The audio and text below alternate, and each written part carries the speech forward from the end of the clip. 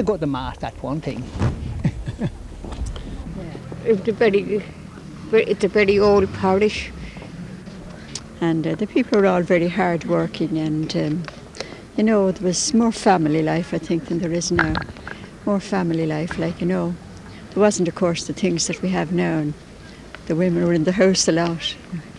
They had to do a lot, and they didn't get out an awful lot.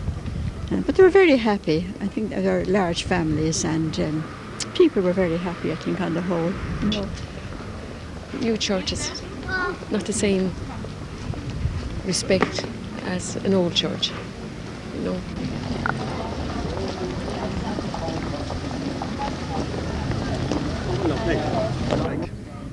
Well, they were better days in the year now, in one way, that you had no fear of going out at night or coming home, banging locking your doors and that, like, as you have to do now, of course, you know. Doors are wide open in those days. Doors are wide open in them days and things like that. And now you go to bed, you're like a prisoner in your own home, you know, locking the doors and windows and what have you, you know. But that's life, I suppose. Well, we had a lovely world. They took our lovely world. The world we live in now is not the same to us. No. It's a changed world. And every Monday we had the procession in convent. The grounds. On the convent grounds. The whole school had the procession. Well, they tore that all down too. The beautiful church was all torn down, done away with. Yeah, everything we loved. It's gone. And cherished was taken from us, yes. Yeah. I have to go to half 12 mass. But I better go in and get mass. Who's the parish priest in Auckland Street today? Father Lawless. Do you know him? I do. He's a gentleman. He certainly is. I think he's a lovely priest and I love his sermons. Now this reading from the Gospel is very familiar to you, telling us how Jesus cured 10 lepers. The trouble is that having cured 10 of them, only one came back to say thank you. And that is a lesson we are to learn today, the importance of saying thank you. Jesus was very disappointed because the other 9 went away and never said anything.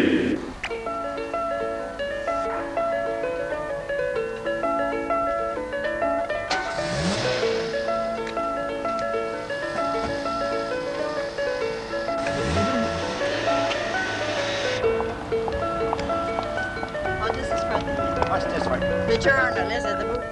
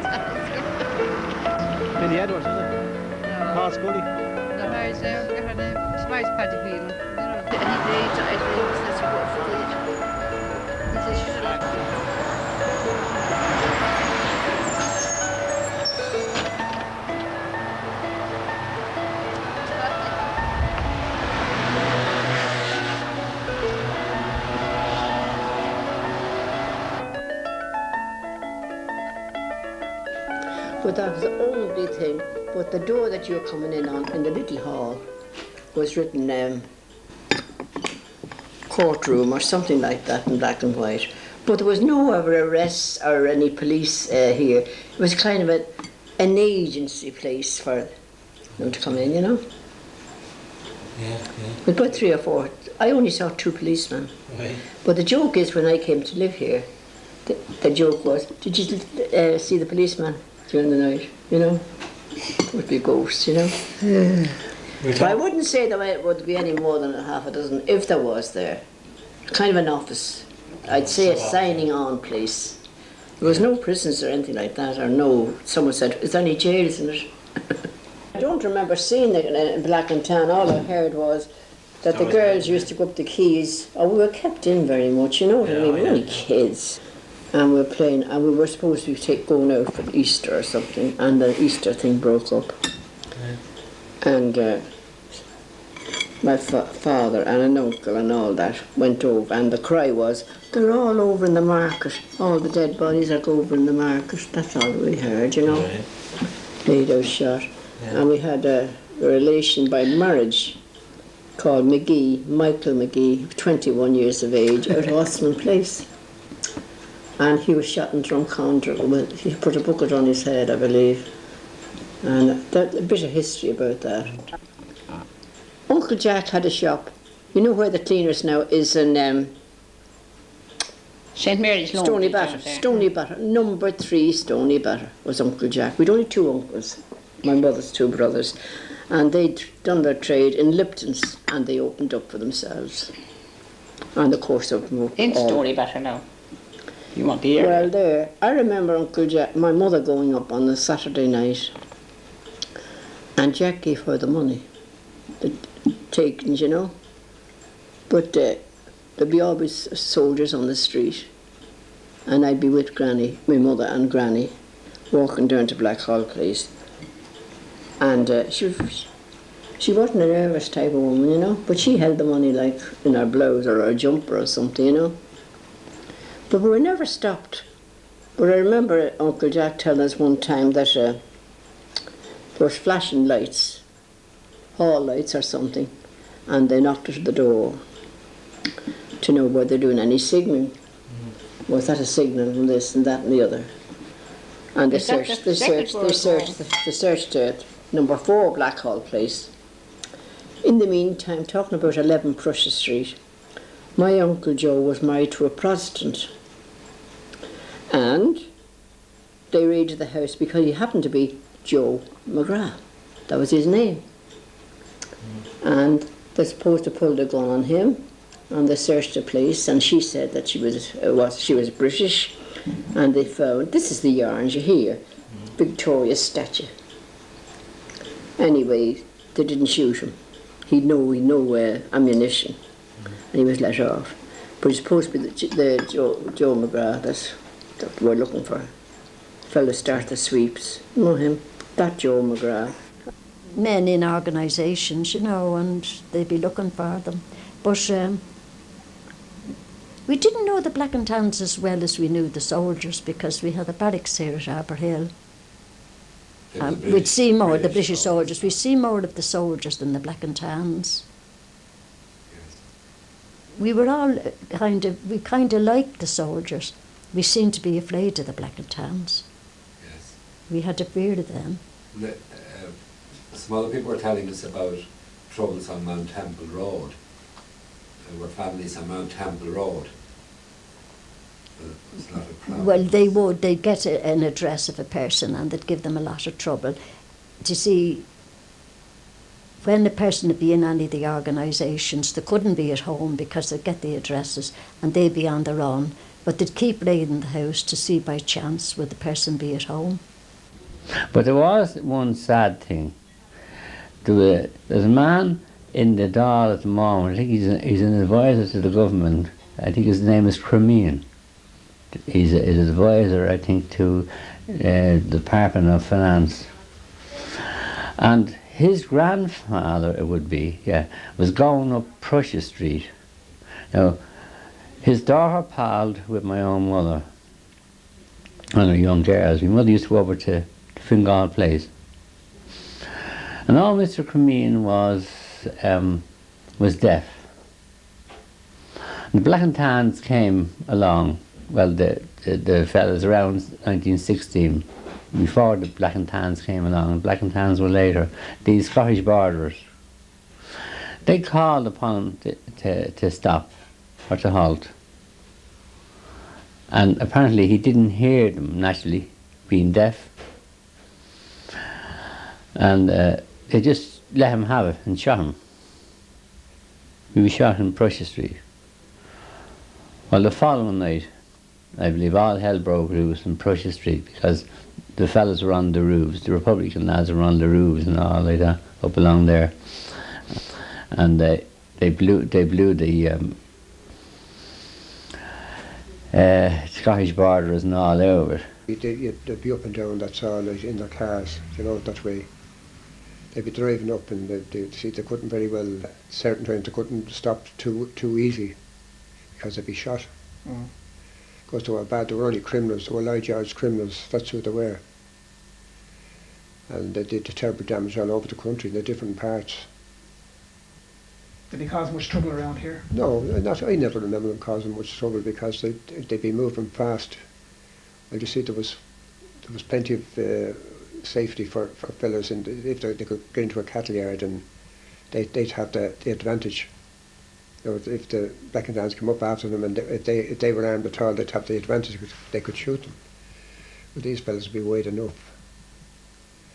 They were a scruffy crowd, of course, and so I'll tell you what they used to do. The British used to do sometimes, close across, say, a block of the road, then go down searching. You know that way. They'd like hold their hands up and they'd be searched. And some of the soldiers would be robbing the men's wallets and that. That's a fact. Black and Tans were going down to the south of the smuggling street. They were going down to and turned the corner, and they had big wire cages to prevent bombs. And this fella, I saw him hit between the bullets between the two eyes. And I heard of another man that was over in this place just there at Angel Street. They used to be bombing the British Army in their. They'd have their cars and wired over so as the bombs couldn't land. You see, to hop off the wires. They used to call it the Dardanelles. This fellow was over and he had the pin pulled out and he was waiting. And they never came. They must have got a bit tipped off or something sensible. They came some other route. So he had to get back to headquarters with the bomb in his pocket, holding his finger to keep it going, keep it from exploding. And he did that. Well, I started in the Broadway, the Manor it was, of course. Then it was the Manor Cinema. And that was on May the 20th, no, the 10th of May, 1920. And I worked then all through for 36 years. And then it changed to the Palladium. And after the Palladium then it changed to the Broadway. See? And that I worked the whole time, you know, at intervals, you know. We finished up in August the 18th, 1956. We are like, I met my husband there, the Lord be good to him. Yeah. Locals.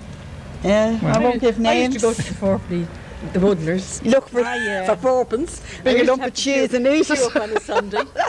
And we're afraid of our lives to the nuns' house. If anyone told the nun the next day, we'd get leathered. Terrific, because we'd nothing, only looking forward to Tom Mix cereal every week. I don't know who you are. Everyone's mentioned Tom Mix. What? And queuing up for it then, of course, there was more skit, and we all wanted to get in the back seat, which was fantastic. Rush for. The four seats. No, I'll tell you it's something. When I came up here with Greece, the kids went off to the manor, you know what I mean? And they were there from 2 till 6. Fourpence, eightpence and a shilling upstairs. Might go up a little bit more for Sunday night. You know, you'd be honoured to be brought upstairs. Oh yes, I remember the Paddy Hanaway there, we used to call him Big Paddy Hanaway. And then we remember Tony there. And Bob Hartney. And yes, and Bob is still alive. I seen him going into the park the other day. He'll never change. He must be drinking Younger's ale. I remember the penny rush down on the quay here, the Phoenix Picture House.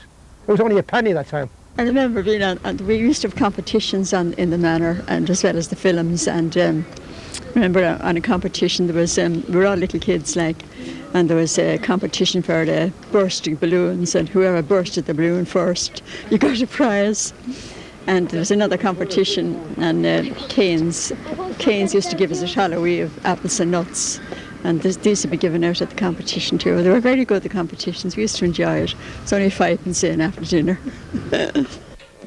The show was going on, and a crowd of boys come in, and they must have been going upstairs, but they had a parcel to see, and of course I didn't know that they had it, you see, but they were upstairs anyway, and when everything was quiet, they dropped the parcel down the front, you know, in the front of the balcony, down to the stalls, and when the parcel opened, do you know what was in it? A dead cat.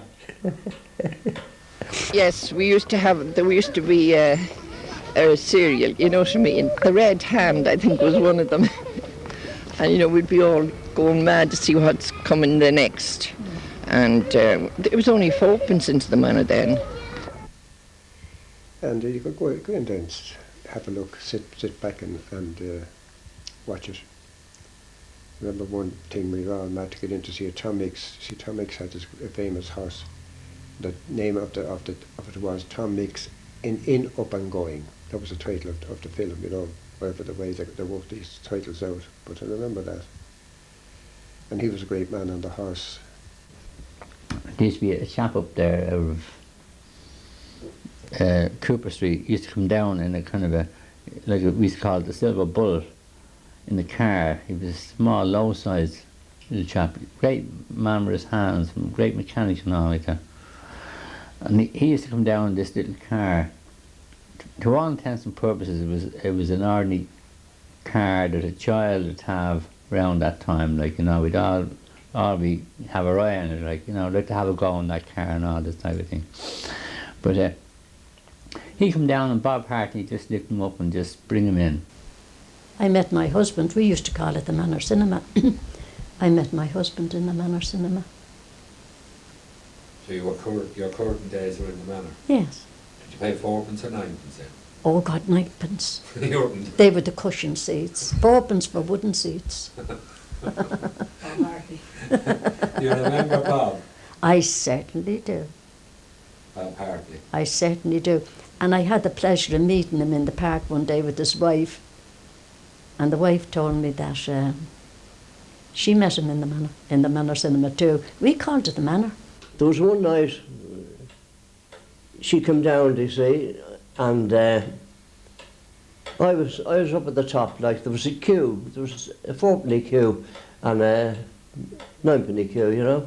And anyway, I went down, I saw her going on the queue, you see, and I said to her,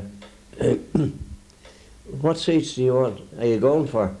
So she says, I don't mind, says, what seats, you know. And I said, I think that's the 4p queue, so I'd hardly be going on that. So she all right, she says. I'll say, come on up, says I, and you can get a dearer seat, you know. A shilling seat, you know. A 9p, I think it was. And anyway, she came up and we got talking together. And eventually it ripened, you know. We made a date. We had a date then. And we were married, we were engaged for 13 months to be married. And on the 13th month, we were married in September the 10th, 1941. We were 47 years married,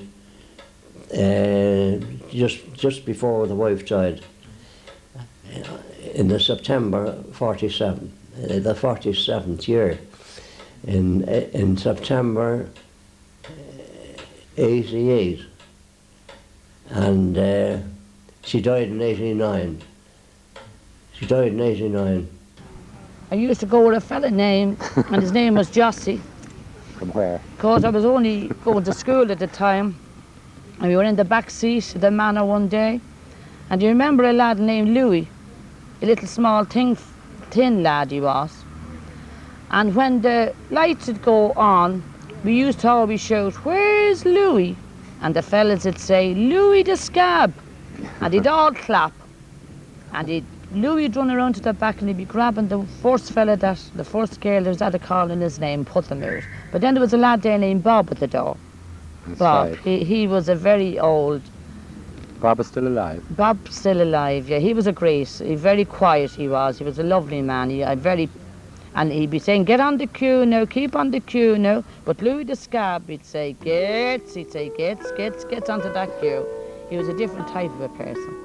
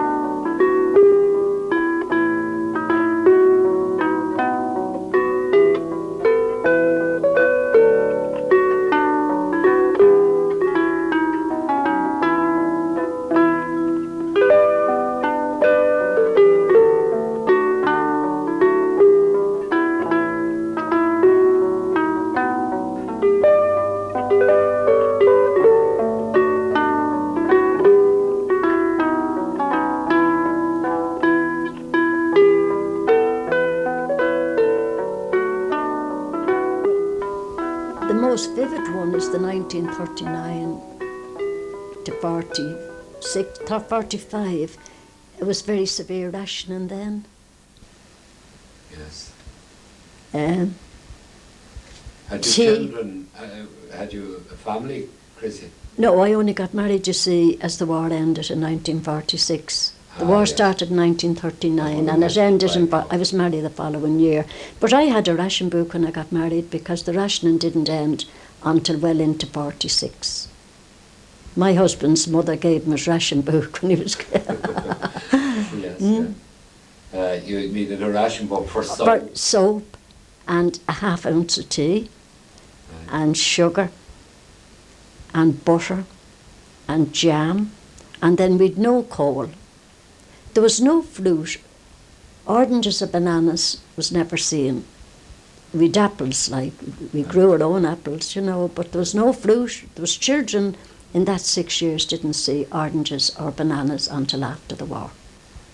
Yes, I remember getting it after that, I suppose when it was near over, getting an orange from one of the children in the school and bringing it up here. It was a novelty, you see. I remember the butter, like we were rationed for butter, like, remember that? We had all our little bits of butter. And I suppose you wouldn't get it. It wasn't too bad, you know. Well, it wasn't really hard, you know. The only thing you missed was the tea, you know. There was an old lady lived near me and she loved a cup of tea. And I think it was £1 for an ounce down in an old place in King Street. I used to go down and get it for her. And they'd be making dried carrots and everything to make a cup of tea. But like we managed, you know, clothes were rationed, everything was rationed. Butter, you got, I think, a quarter of butter for each person. But however, we didn't kill it. We're still there. And the saddest and the hardest of all was the gas rationing. It went on at 7:30 until 9:30, 11:30 till 1:30, and then 5:30, 7:30 in the evening. But they could never turn it off completely because there'd be an explosion. And this is how we got the glimmer. There'd be a faint little bit of gas which they expected us and told us not to use. But we had our saucepans on that glimmer, and then there'd be a man knocking at the door, and you didn't open the door to anyone because you thought everyone was the glimmer man. And he'd come out and he'd put his hand over the gas and because you turn it off.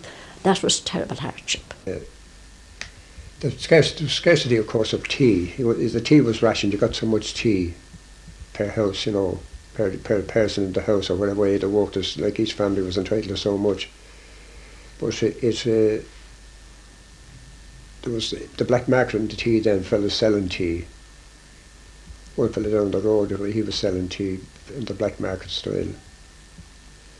But otherwise the food wasn't too bad taken all round. You know, that way you were able to live on it anyway. And it was nearly blown out of the bed with the explosion, like with the vibration. And when there was a bomb dropped in the park, that was the nearest from here. You know, out in the park there, up by the jog pond, the bomb was dropped. And then there was another one dropped in North Strand. You see, what had happened that time is that there was this German bomber. I think he lost his way or something, and the fellas here, they had him encircled with the bullets. You know, the tracer bullets were all around him. So like they could have destroyed him altogether. That's how. And then they hit a pop the whole time. There was a tracer bullet shooting all around him. So he dropped a couple of bombs. A couple in North Strand. There was a number of people killed in that North Strand. And we were lucky here. And when I went up to the park at 10 o'clock to see what the dog pond was like, I saw a fellow that lived in Infirmary Road, and he rushing into work with his razor in his pocket. He was late for work, he'd slept it out. No, it didn't make him, even though the things were right beside him in the park. Bless them all, the long and the short and the tall. Bless Devil Lyra and Sean McEntee for giving us brown bread and a half ounce of tea.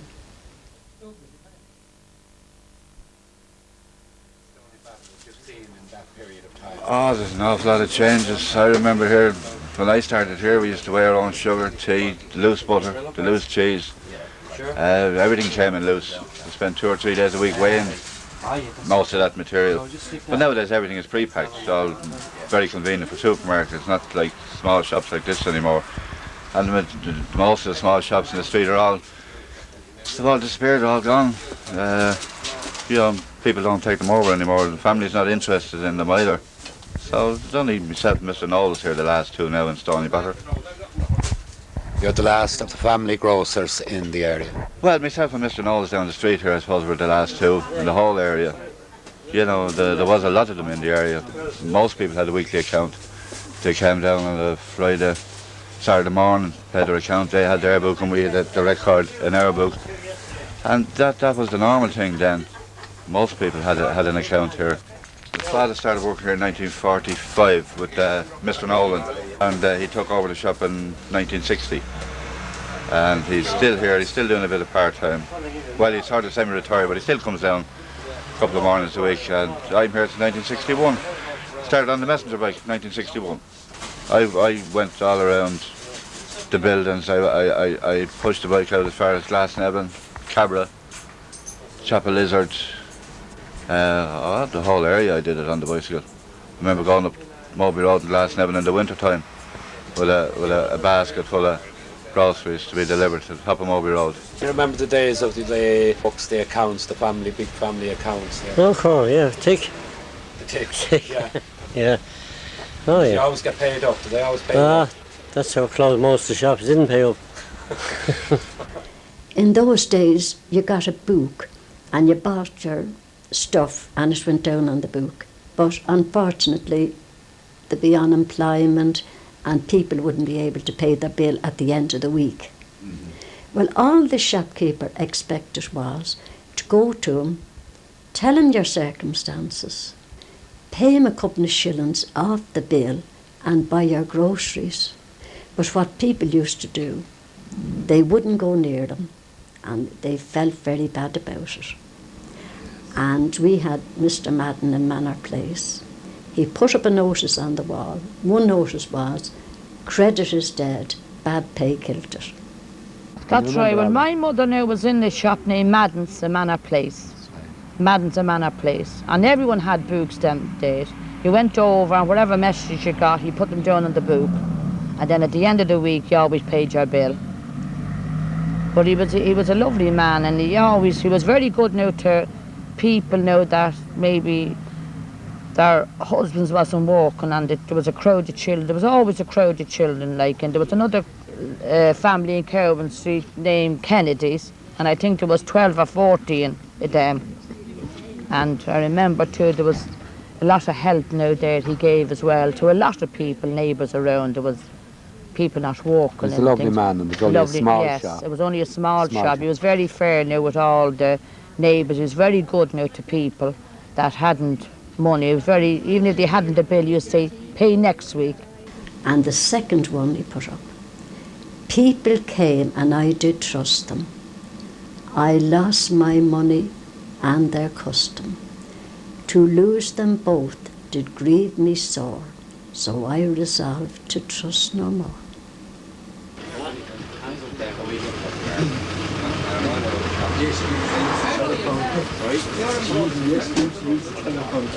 Well, I was young, very young in the war years, but it did have a bad effect on the neighbourhood.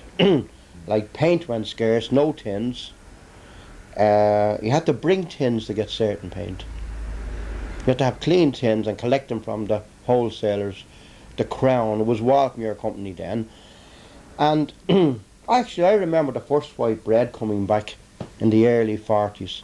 Penny loaves, they were down the road. Penny loaves and Canes, I think it was, or Canes, Leonard's. But in those days there was a system of credit, particularly in the grocery shop. A lot of the men went off to work in England, other men joined the army, and their wives were left with a lot of children, and they used to get either weekly or monthly wages, and most of the grocery shop did run a credit system. Where they were able to run over and get so much groceries and pay at the end of the week or the end of the month. Right. They were very thrifty, decent type of people.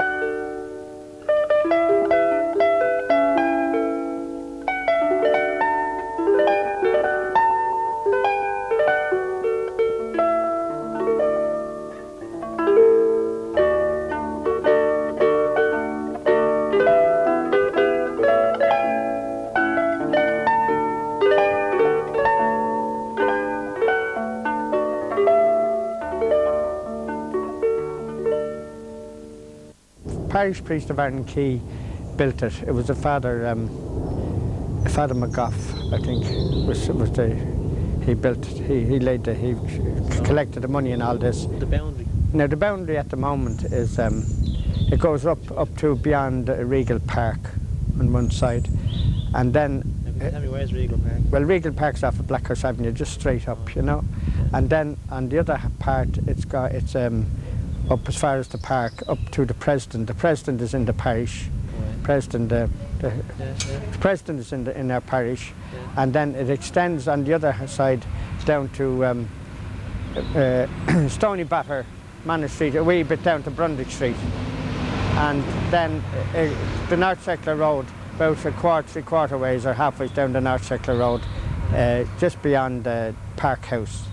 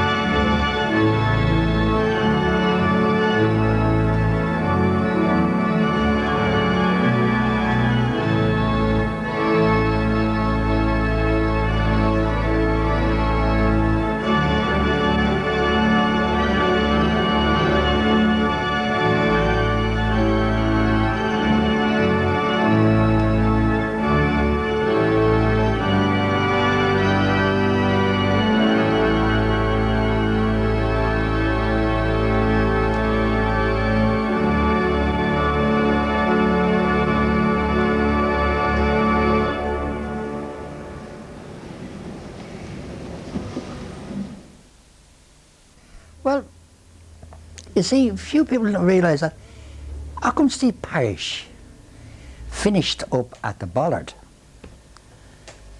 Originally, they never took in the lower part here at Manor Street. Now, during Easter processions and Corpus Christi, or during the years where I was a boy and that, the processions would go all around the building, but they never came down into Manor Street. And another strange thing, it was, I was confirmed in Arden Quay. Now, you imagine being so close to Auchensteed, but apparently Manor Street was in the parish of Arden Quay. And it's only in recent years that Auchensteed has laid claim to this end. And it retains the old atmosphere. While there are new priests and all there, it still retains the old atmosphere of the church that I knew as a young fellow growing up, or as a young man. We love this parish, it's very homely. But I still come to Mass here, you know. Where are you living now? We live up in the Navan Road. Navan Road, yes, yes. Not too But we far still away. come here. We still come here to Mass, you know. It's only down the But road. I love We that love church. it, yes. Love this People are church. lovely too, The you know, people are homely. they're magnificent people altogether. Yeah. But And 1918 was the epidemic of influenza, the flu, in other words, and it got so bad. The churches wouldn't be allowed to bring in remains into the church. The remains had to stay outside, and the priest had to go out and read the prayers over the remains. outside the church. And I remember there was a Father Cullen. He was well, he wasn't there. He wasn't old. He was a young priest, and he died during the flu epidemic. I'm sure the people were dying with like flies. It was a black flu, and when you got the flu, if you got any complications, you get pneumonia, and you'd pop off. Well, they had to leave him outside the church. The priest that belonged to the parish, Father Cullen. Then I made my communion here, my confirmation, and I was married here. And also, Bill was in Father Pat's. He used to call them his boys. They were own rows, the first team he got, and they were the school kids from 11 years of age. You were saying you were married here. I was married. Was there any here. difference in the ceremony then? Oh from now? yes, I don't know, am I married at all? Like, I mean, you were married, you know what I mean, and you came out, but like now all the, you know, it's beautiful now, the marriages. Well, my Holy Communion would be in 1918 and my confirmation would be 1922. And you weren't satisfied with making the two of them, you went on to be married in it? Yes. What year was that? October 1946. I don't know idea. And who married you? Father Leahy. Tell us who's in that photograph there now. Well, my husband's family and my family, and the tall man at the back is Jack Cruz, the great comedian. Was he a great friend or relation? He was my husband's brother-in-law.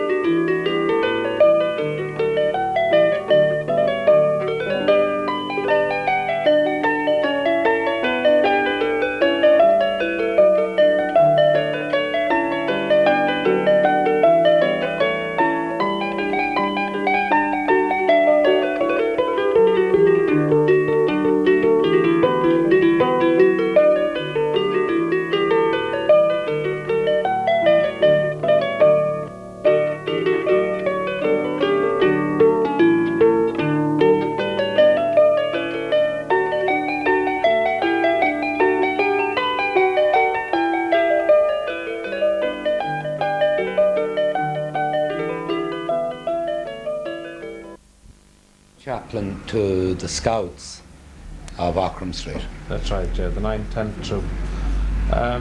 They've been very involved in the parish, and I suppose that we could rate them as one of the best troops in the Dublin area. Kieran Gilley is the man in charge, but the Scouts have always been very, very helpful to us in the parish. The Ockram Street Scout Unit has a long tradition in the parish. Soon after the parish was established in 1893, Scouts were established in Marlborough Barracks in 1907, in fact, now known as McKee Barracks. But that group died out, and the present group set up in 1937, so we're quite a long time in the parish as a youth group. Then eventually we got our site from the Arson Dwellings on Benita Road in the 50s. A temporary structure there in the 50s, start 1950, and eventually we bought the site. Well, now the new building, Joe, you had a lot to do with that. The new building was a big teamwork. Like there was the Halpins, the Monaghan's, the McNabowes. I shouldn't mention names because I'm getting into trouble immediately now. You'll leave somebody out. All the neighbours. Right. Their fathers, carpenters, McCarthy's, the bricklayers. I would have wanted more time to prepare this. Father O'Higgins. Father O'Higgins. Tell us about Father O'Higgins. I worked with Father O'Higgins for 21 years. And it only seemed like a day. He was the truest Irishman I ever met. It's lovely country. He gave us everything, camped on the ground with us, and was a true-blooded man for scouting. He is still alive? He's still alive. He's retired up to Bowmount Convalescent. He's like a chaplain to Bowmount Convalescent. What other priests in the parish now would stand out in your memory that would have had a very active part in the parish? Very few would compare with Father O'Higgins in Ireland, I'd say, but Father Redmond in his own way was a good character to us. He really, when he got to know us, he really tried to do as much as he could. Eventually, we bought the site. It was only rented. The Arts and Dwellings charged us £5 a year, which was a nominal sum. They were, I must say, we couldn't thank the Arts and Dwellings enough to us. That's right. They were very kind, a very good company to us as scouts. There's about 120 members here at the moment, and they're made up of Beavers, Cubs, Scouts and Venture Scouts. And scouting has changed dramatically over the years, and now you'll see Scouts probably abseiling, canoeing, hiking and hill walking, as well as doing the traditional first aid and map and compass and pioneering. The Auckland Street Scout unit are unique in the sense that they have a mountain cabin up in Glencree in County Wicklow, and that's the reason for tonight's function. The St Patrick's Night tonight is to raise funds to renovate Glendale Lodge. That's our cabin in Glencree. So as well as our base on Bonita Road, we have the mountain cabin in Glencree, and that's where most of our scout activities take place.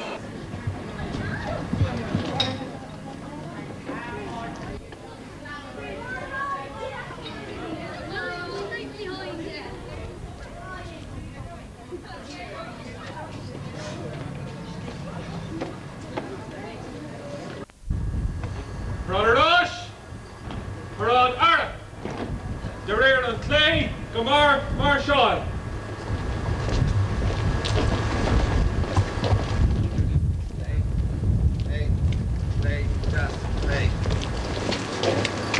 Bit slow, Stan.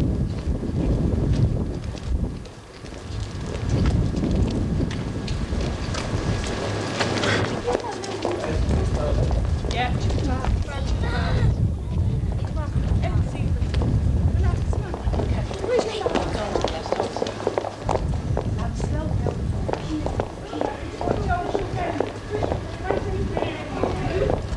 He was deeply involved with the Scouts movement. Father O'Higgins, can you remember any of the lads in the Scouts? Oh yes, I remember them all, most of the leaders, you know. I was chaplain for 20 years, and John Delahanty was the unit leader when I came first. And then he had Joe Tracy and Dave Tyndall and Steve Dunphy and Austin and Brendan Halpin. They were all leaders in those days. Tracy. And then more came on after. Remember Joe, Tracy? Joe Tracy. Joe Tracy, that's right. And Joe Madden.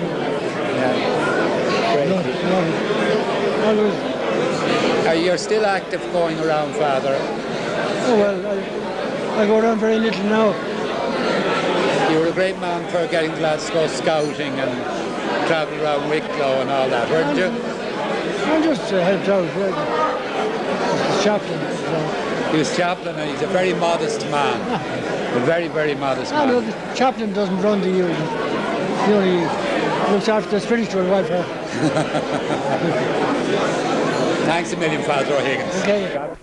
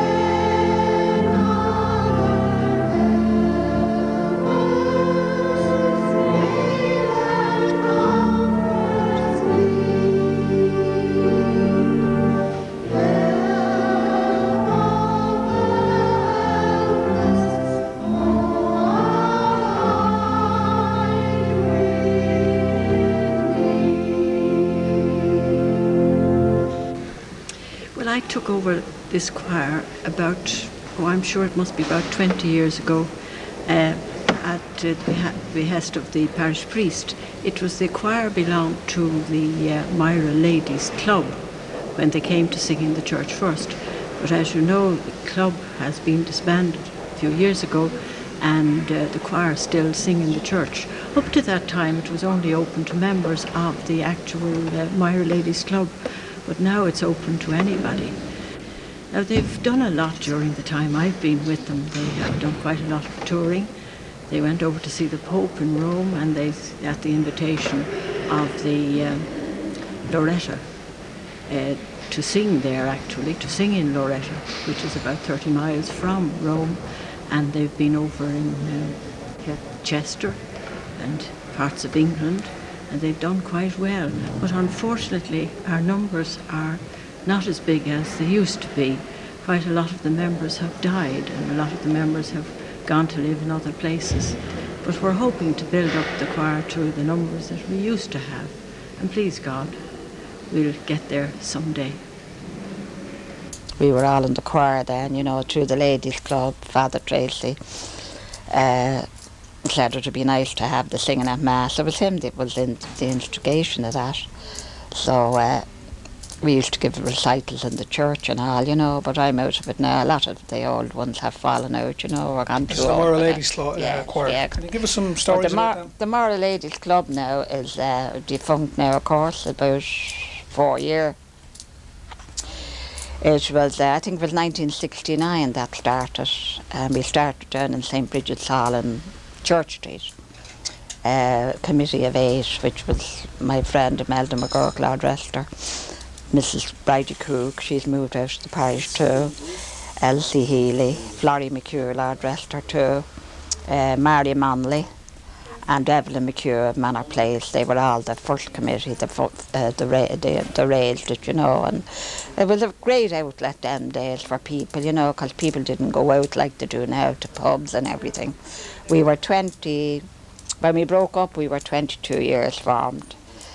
And through then we came up to the parish hall from Church Street. The people felt we should be in our own parish, you know, so we got the hall there.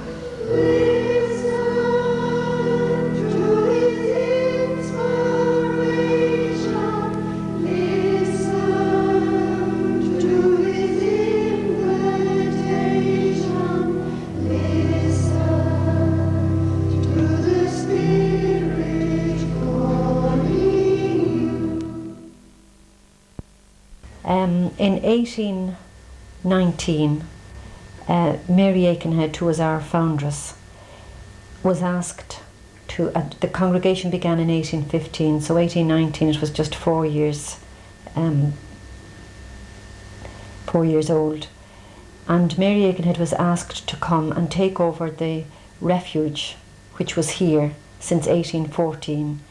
But the people who had it at the time were finding it difficult to keep